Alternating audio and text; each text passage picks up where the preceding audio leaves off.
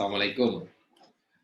Baik, Bapak Ibu, teman-teman semua, kita lanjutkan diskusinya. Jadi kalau di video yang pertama kita diskusi tentang mengenali apa itu KPI, ya. Kemudian di video kedua dalam perencanaan kinerja ini ya, kita diskusi tentang 5 langkah mendesain KPI.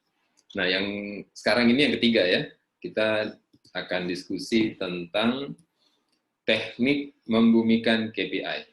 Ya, ini topik yang sangat penting, membumikan KPI. Kita akan mendaratkan sesuatu yang sifatnya dari langit begitu, mendarat di bumi gitu ya. Ya, baik, Bapak Ibu, dalam ikhtiar kita menyusun sistem manajemen kinerja, maka kita akan menemukan ada kesenjangan di sana ya. Kesenjangan antara sesuatu yang sifatnya strategik dengan yang implementatif gitu ya. Nah, ini ada kesenjangan ternyata antara rencana strategis dengan yang difahami oleh karyawan, antara harapan yang oleh para pimpinan, oleh owner gitu, dengan apa yang dijalankan sehari-hari oleh para staff gitu, oleh karyawan. Nah, inilah yang perlu diterjemahkan gitu.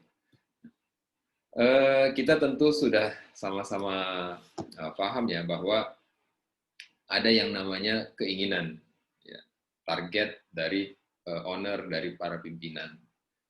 Nah, kalau kita cermati ya, jadi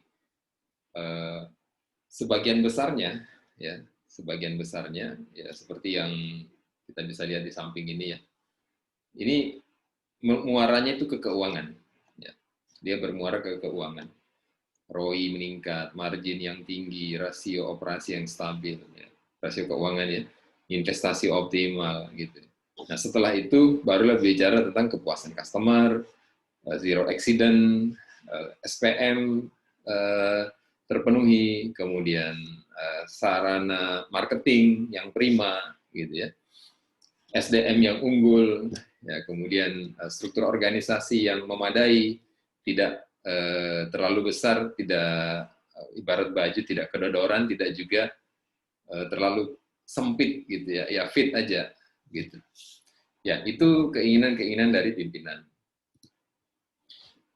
Nah, ketika keinginan itu dibuatkan atau diformulasikan dalam bentuk yang lebih mudah untuk dikomunikasikan, maka seperti inilah jadinya. Ini, ya. Jadi ini contoh KPI dari rumah sakit. Nah, kita sudah bahas di video sebelumnya ya. Ini ada 5 ini yang akan kita contohkan ya. Meningkatkan EBITDA, meningkatkan jumlah customer, meningkatkan status kelas rumah sakit, meraih sertifikasi rumah sakit syariah, meningkatkan produktivitas staf. Ukuran hasilnya dari mana ke mana gitu ya. Kemudian bobotnya berapa, masing-masing ada bobotnya. Ini contoh KPI rumah sakit. Ya. Yang tadi kita lihat itu contoh KPI itu adalah terjemahan dari keinginan owner dan para pimpinan. Ya. Tentu saja untuk merealisasikan itu kita membutuhkan perangkat pendukung.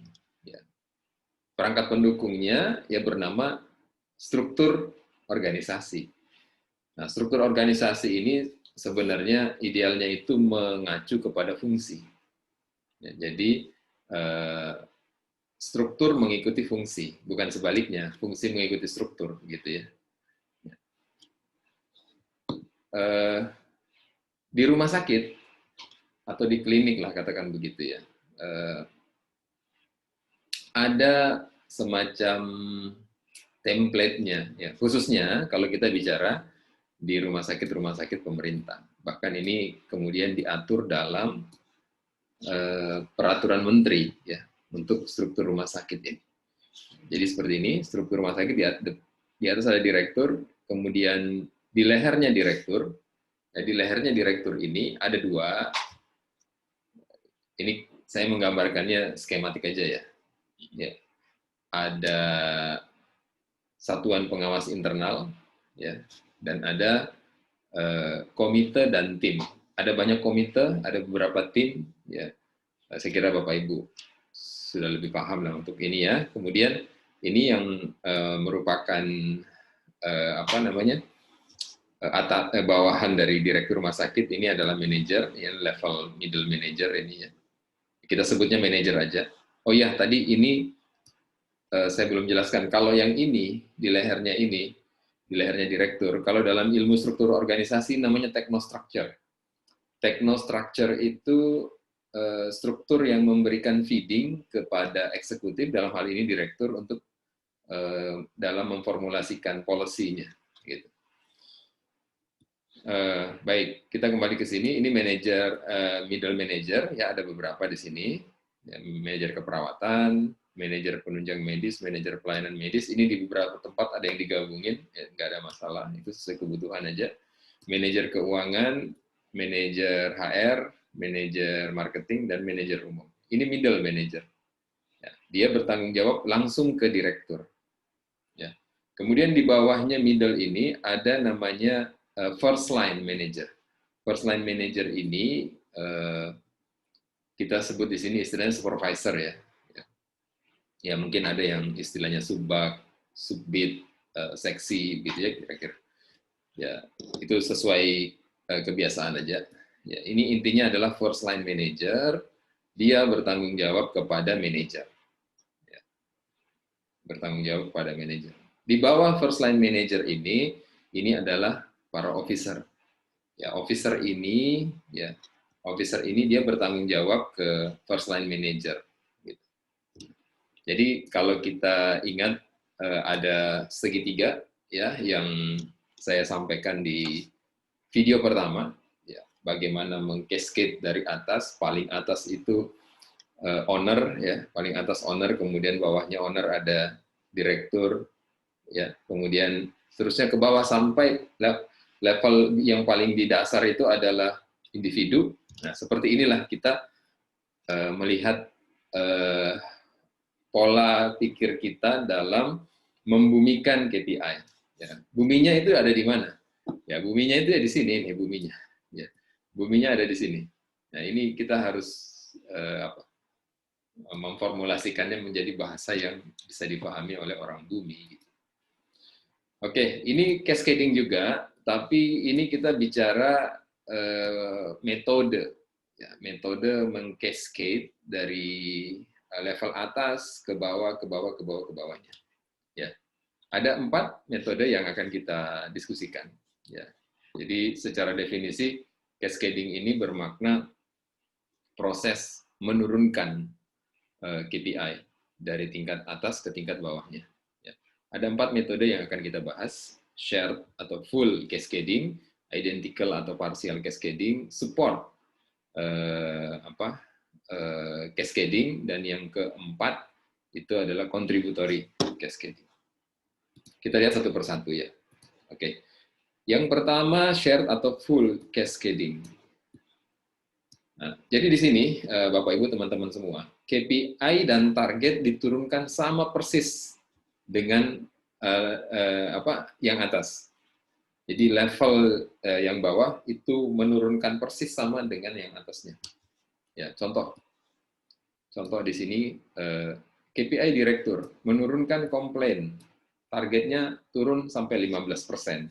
Nah, kemudian di semua level, middle manager, first line manager, sampai ke bawah sini, ini sama, menurunkan komplain 15%.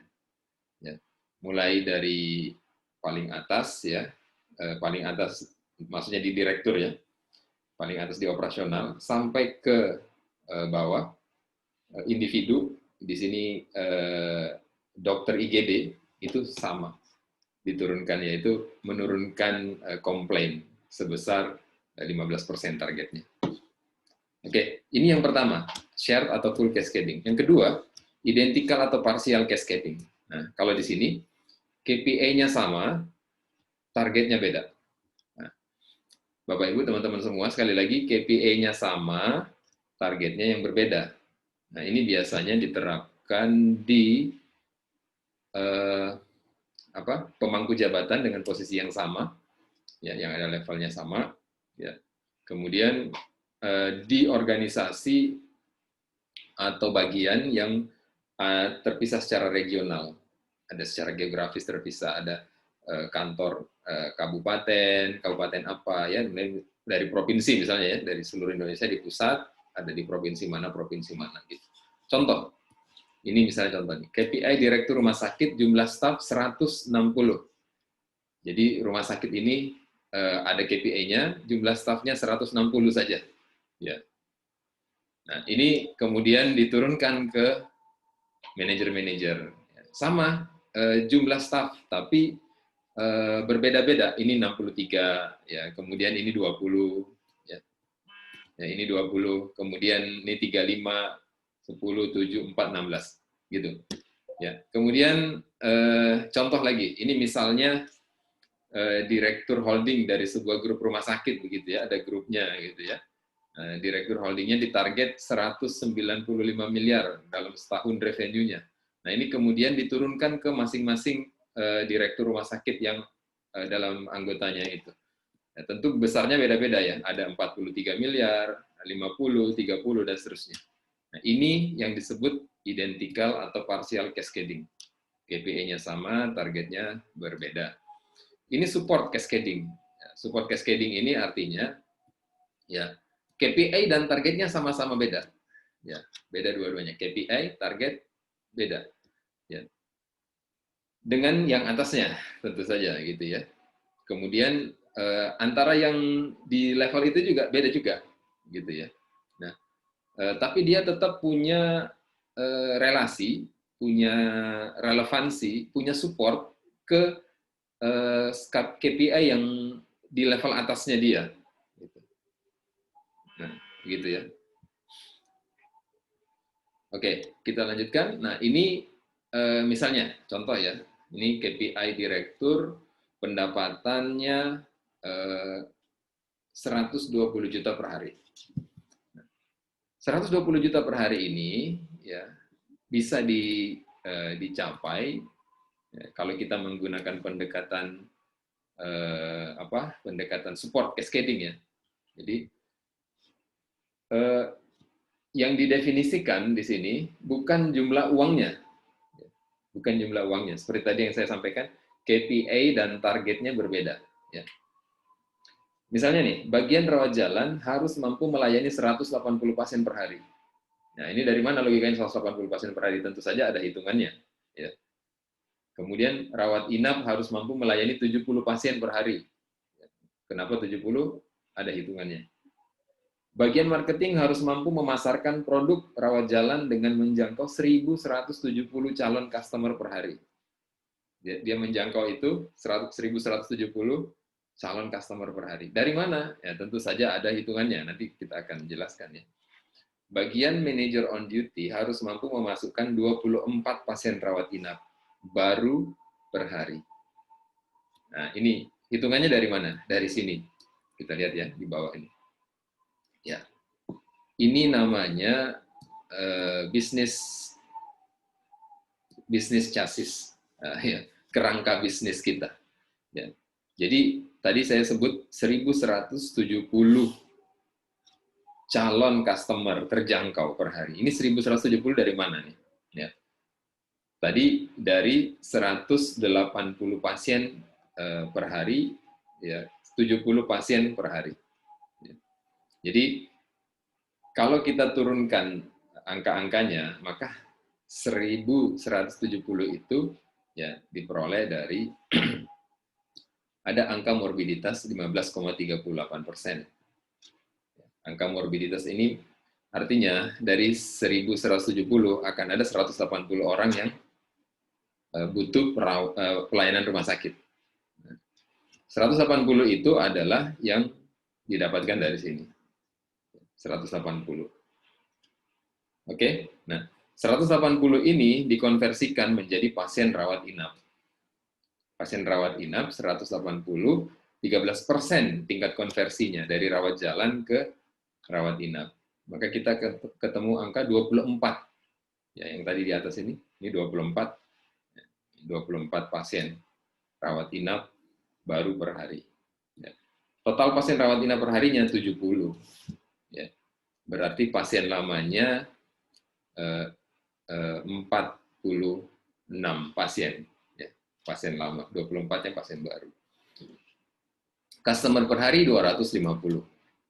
250 dari mana? Dari 180 tambah 170 ya, 250. Sebenarnya 250 itu dari mana? Ya, kita peroleh dari begini. Kita ada data, rata revenue per pasien per hari itu berapa? Di rumah sakit itu kita harus kumpulin data ini.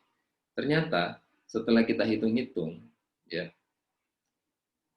satu orang pasien kita, rata revenue per pasien per hari, ini kalau kita pukul rata ya, rawat inap, rawat jalan digabungin di rata-rata, 480.000 per pasien. Sehingga kita kalau mau dapat revenue 120 juta, ini kan tadi 120 juta nih di atas. Ya.